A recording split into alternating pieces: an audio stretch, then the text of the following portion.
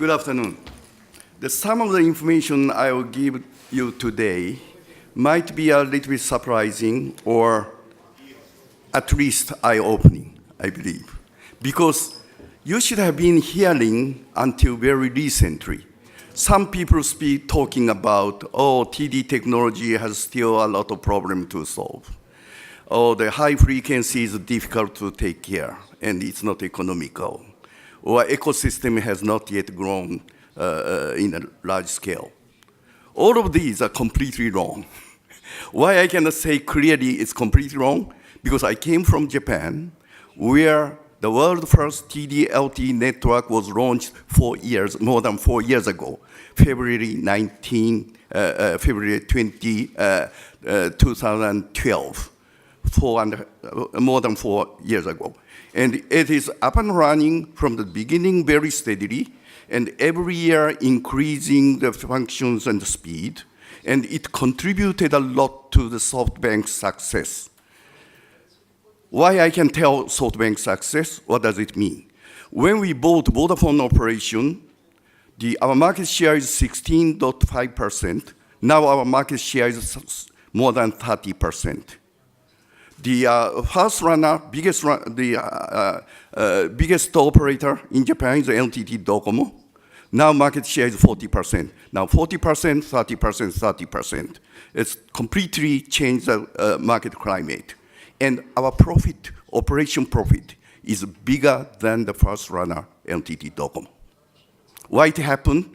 Because from the beginning, we focused on mobile data rather than mobile voice, and made a network, all the kind of network planning and everything is sharply focused to make us first runner of the mobile internet rather than mobile voice.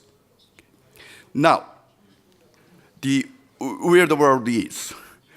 Now, the 76 TD-LTE network is up and running in the 43 countries. And Mr. Howe said 167. Yes, there is a reason, because 91, the network is already committed and very close to the real operation. So very soon, the total number will become 167, as Mr. Howe said. And then out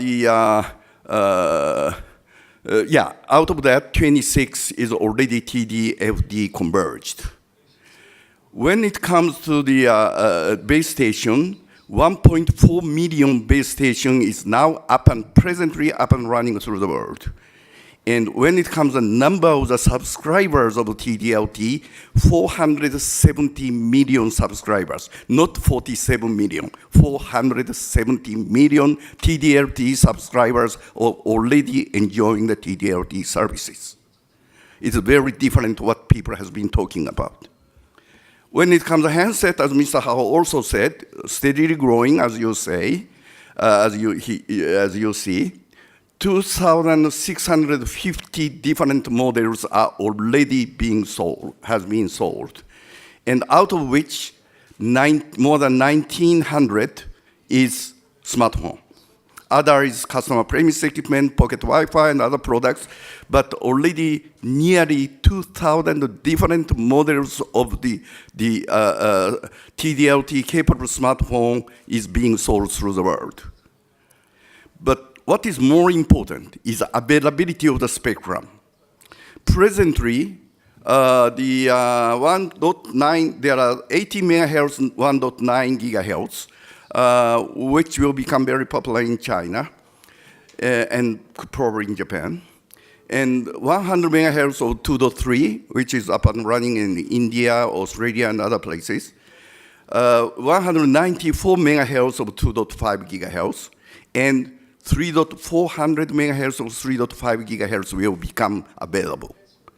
If you added up all of these, it will make 774 megahertz band of the spectrum. Now, the world's using about 400 megahertz of FD spectrum. TD spectrum's bandwidth is about double it, 774 versus 405. And as Mr. Howe said, spectrum efficiency is about double when it is used for the data application, which is very asymmetric. using the FD for the asymmetric data is very uneconomical because the forward link is busy and while reverse link is rather free.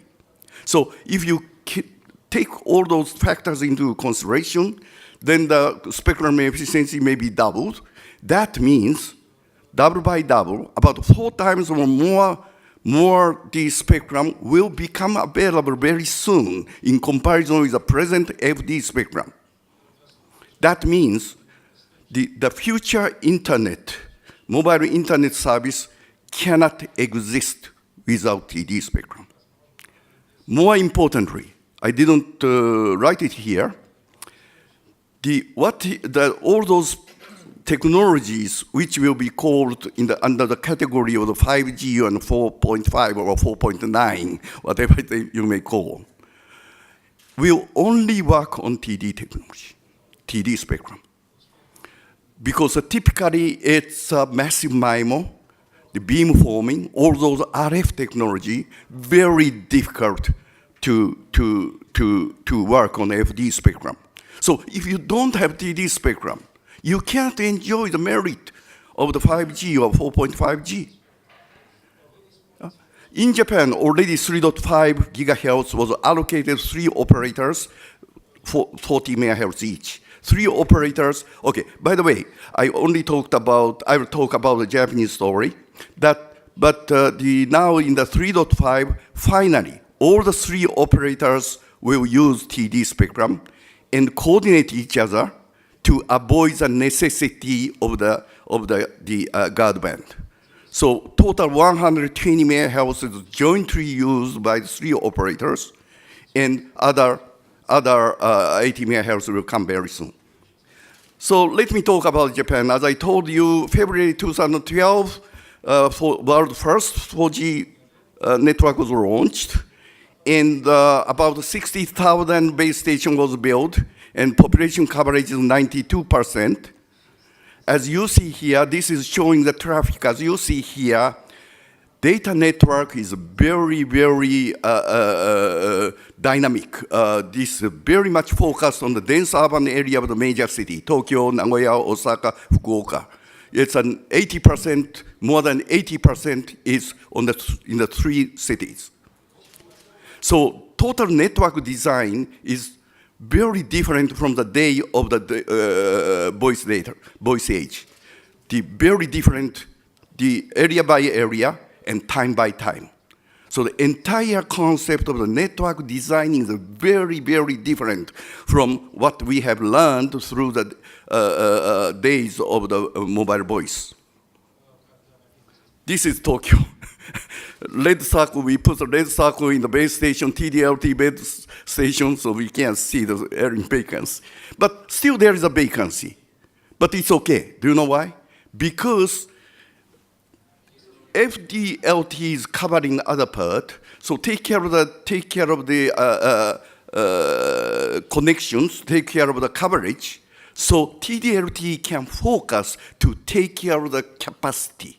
So we can put, it could be spotty, because all carrier aggregated. If TD, there is not too much spectrum, then we don't put the TD. The FD is good enough.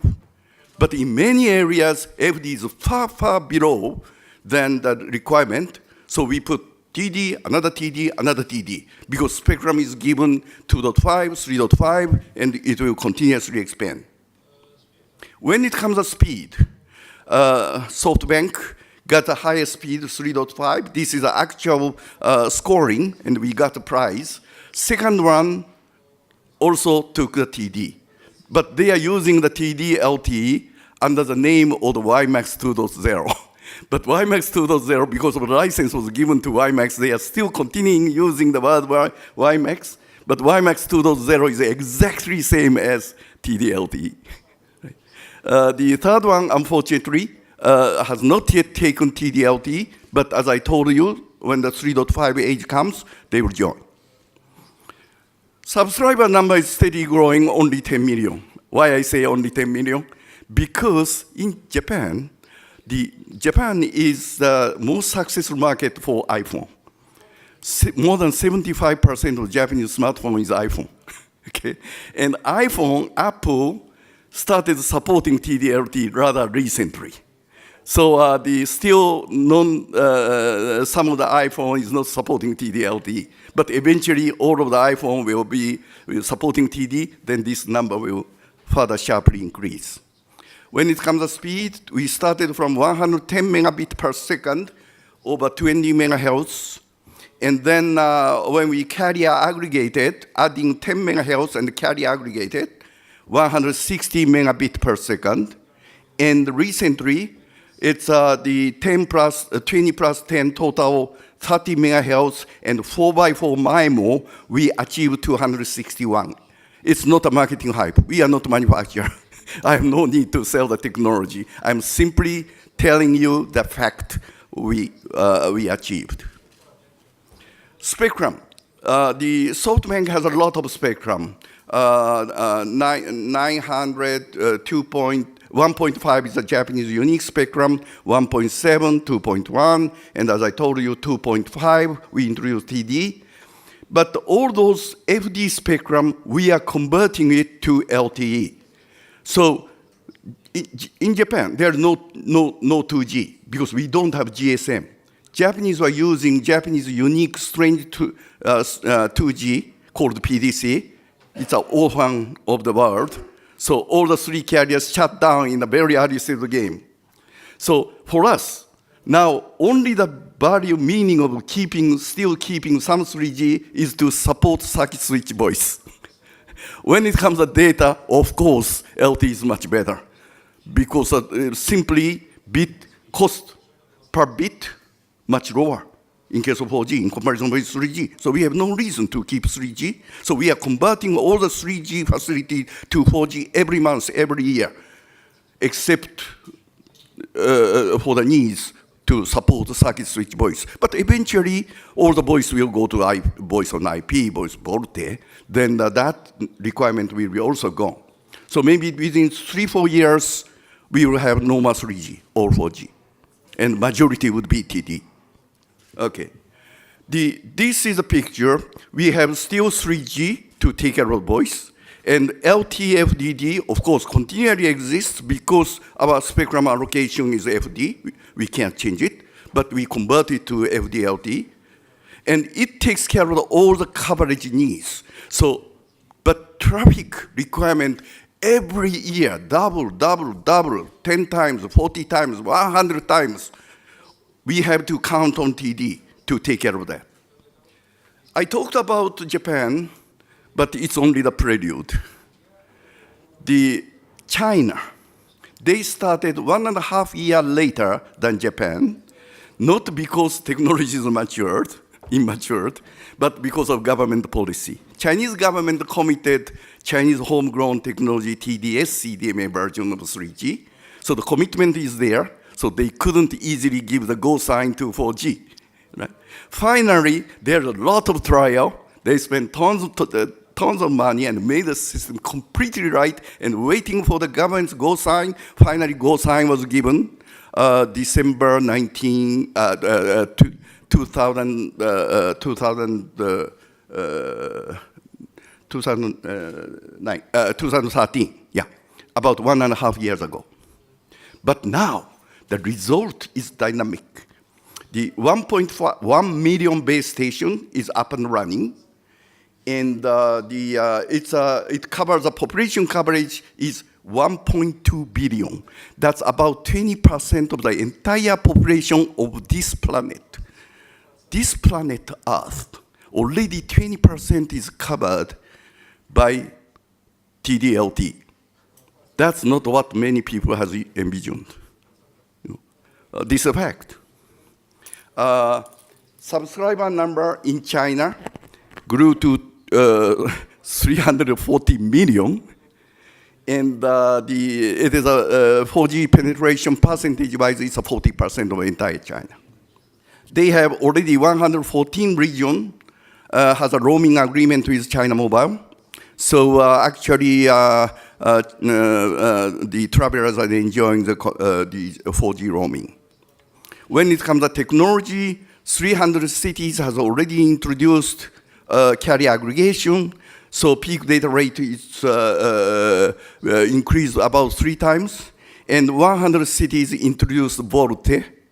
And VoLTE, otherwise they have been counting on carrier, carrier fallback. But then there is a big latency and people are frustrated. That problem is eventually solved. Finally, I would like to talk about the organization GTI. GTI stands for Global TD Initiative, and it started about 5 years ago by 6 operators, the China Mobile, Bharti Airtel of India, SoftBank of Japan, Vodafone, Clearwire, the US, and one more, I forgot. Okay? And after 5 years, we are going to move to the second phase of the GTI activity, which we call GTI 2.0. Now, presently, GTI has 123 operators through the world joined GTI, and 104 vendors of the various area also participated. So it's a pretty big organization. And when we move to GTI 2.0, we have 2 targets. One is further enhance 4G and then develop 5G. There's a reason, as I told you, 5G technologies can be only supported by TD. So if GTI kind of organization didn't promote that, who supports it? So we think it is a very important mission for the organization to develop the 5G technology, 5G business model and everything, and gradually introduce it on the base of 4G, TD-LTE, under the name of 4.5. Mr. Howe said 4.5. I would like to rather call it 4.9. Anyway, it's close to 5G, but it can be built on the base of the 4G, completely backward compatibility, and can coexist. The 5G capable handset can work under the 4G network. 5G capable network can support 4G handsets. So you have nothing to worry about, because some people say, oh, 5G is coming. Then it is highly questionable to invest on the 4G. It's completely wrong. You know, to invest in the 4G as quickly as possible will pave the way for the further develop it to the 5G and very safe in the future.